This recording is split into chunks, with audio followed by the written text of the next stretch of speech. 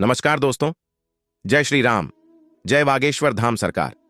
दोस्तों, नवरात्रि शुरू होते ही मंदिर में रखें मां की प्रिय गुप्त चीज मां के साथ। धन के देवता कुबेर भी आपके घर में आएंगे और आप न केवल मां आदिशक्ति भवानी को खुश कर पाएंगे, बल्कि धन की देवी माता लक्ष्मी और धन के देवता कुबेर भी आपके घर में आपकी आने वाली पीढ़ियों तक बने रहेंगे। लेकिन क्या है वह चीज और किस तरह से आप माता रानी को खुश कर सकते हैं? शारदीय नवरात्रों में माता को प्रसन्न करने के कौन कौन से तरीके हैं? क्या केवल माता की प्रिय चीजें गुप्त तरीके से मंदिर में रखने से आप देवी माता के साथ साथ कुबेर जी को भी खुश कर सकते हैं? तो दोस्तों, अगर यही सवाल आपके मन में भी हो तो आपको यह वीडियो पूरा जरूर देखना चाहिए, क्योंकि आज हम बताने वाले हैं कुछ बागेश्वर धाम सरकार पंडित धीरेन्द्र कृष्ण शास्त्री जी के बताए हुए कुछ ऐसे खास उपाय जिन्हें नवरात्रि पर अगर आप कर लेते हैं तो आप देवी माता के साथ साथ माता लक्ष्मी और कुबेर महाराज की कृपा भी प्राप्त कर सकते हैं। तो वीडियो के अंत तक हमारे साथ बने रहिएगा। दोस्तों, स्वागत है आपका।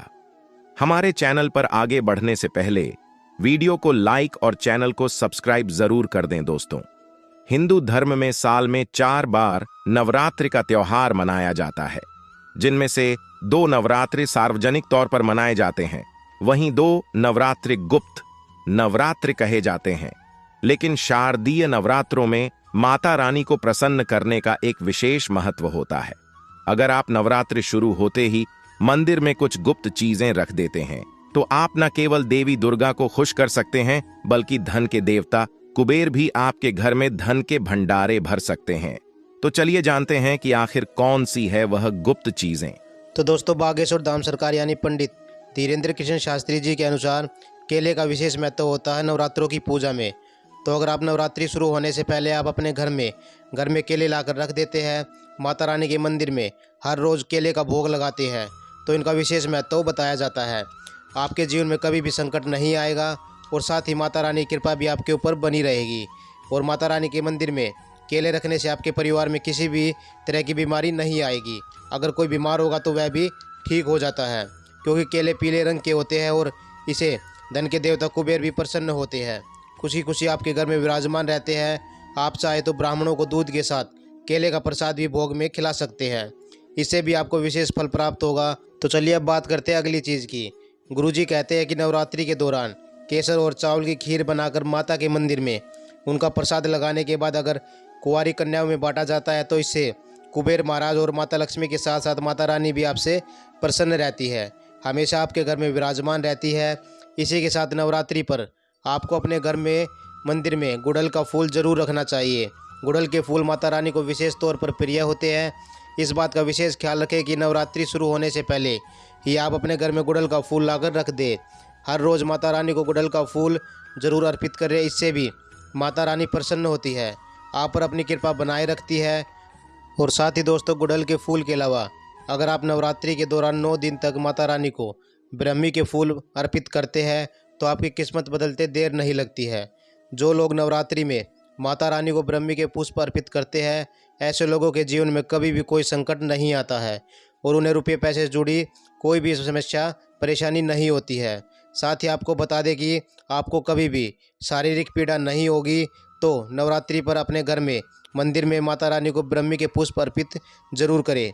इसी के साथ नवरात्रि में अगर आप घट स्थापना कर रहे हैं या फिर माता रानी की पूजा कर रहे हैं तो आप अपने घर के मंदिर में लाल कुमकुम जरूर रखते होंगे। लेकिन अगर आप नवरात्रि पर घर के मंदिर में लाल कुमकुम में थोड़ी सी हल्दी मिलाकर रख देंगे तो रोज़ाना उसी को घोलकर माता रानी को तिलक करेंगे तो इससे मिलने वाला परिणाम आपकी किस्मत बदल देगा, क्योंकि हल्दी माता लक्ष्मी और कुबेर का सूचक होती है। वहीं लाल रंग की कुमकुम से माता शक्ति भवानी प्रसन्न होती है। तो अगर इन दोनों को मिलाकर माता रानी का तिलक किया जाता है तो इससे मिलने वाले परिणाम 100 गुना बढ़ जाते हैं। और साथ ही इसी के साथ दोस्तों, अगर आप नवरात्रि पर अपने घर में स्थापना की सारी सामग्री माता की लाल चुनरी जौ और नारियल लाकर अपने घर के मंदिर में रख देते हैं और नवरात्रि के पहले दिन से ही घट स्थापना करके माता की लाल रंग की चुनरी चढ़ाते हैं तो इससे भी आपको माता रानी की विशेष कृपा मिलती है। इसी के साथ घट स्थापना के समय यदि गणेश की स्थापना का भी विशेष महत्व बताया जाता है, माना जाता है। तो अगर आप नवरात्रि शुरू होने से पहले एक सुपारी पर कलावा लपेटकर उसे यदि गणेश स्वरूप मानकर स्थापित कर देते हैं तो नवरात्रि खत्म होने के बाद इन आदि गणेश को लाल कपड़े में बांधकर आप अपनी तिजोरी में रख लेते हैं तो भी माता रानी और धन के देवता कुबेर स्थायी रूप से आपके घर में विराजमान हो जाते हैं।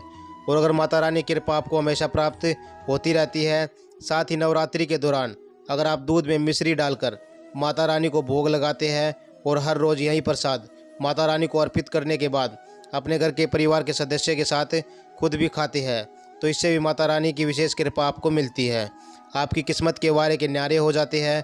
तो दोस्तों, जब हम नवरात्रि के दौरान हवन करते हैं तो घी की आहुति देते हैं, लेकिन गुरुजी का कहना है कि अगर आप नवरात्रि के समय गाय के शुद्ध घी में थोड़ी सी चीनी या बूरा मिलाकर अपने घर के मंदिर में रख देते हैं और हर रोज़ माँ की जोत करते समय चीनी मिले हुए घी की कम से कम 5 आहुति माता दुर्गा के नाम से अग्नि में देते हैं तो इससे भी आपको कभी भी कर्ज का सामना नहीं करना पड़ेगा।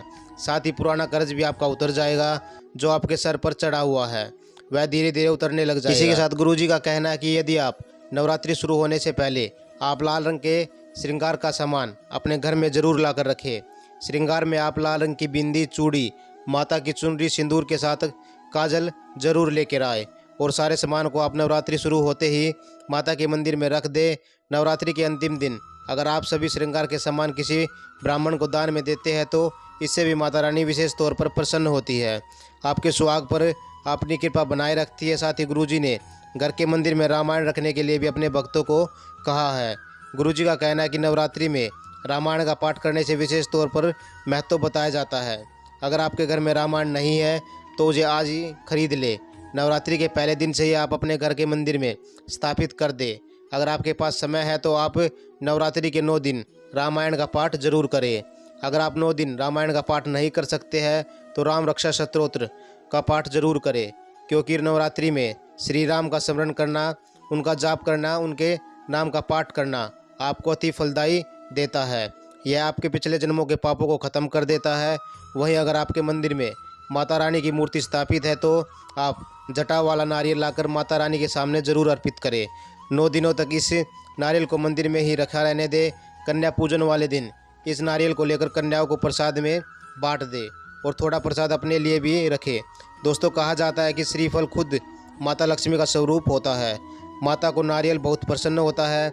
अगर आप नारियल का प्रसाद नवरात्रि के शुरू होते ही माता रानी को लगा देते हैं तो इससे भी आपको अति फलदायी फल मिलते हैं और साथ ही सभी देवी देवताओं की तृप्ति भी हो जाती है और आपके घर में सकारात्मक ऊर्जा बनी रहती है और साथ ही नकारात्मक ऊर्जा आपके घर से निकल जाती है, जिससे न केवल माता रानी और धन के देवता कुबेर, सभी देवी देवता आपके घर में अपनी कृपाएं बनाए रखते हैं।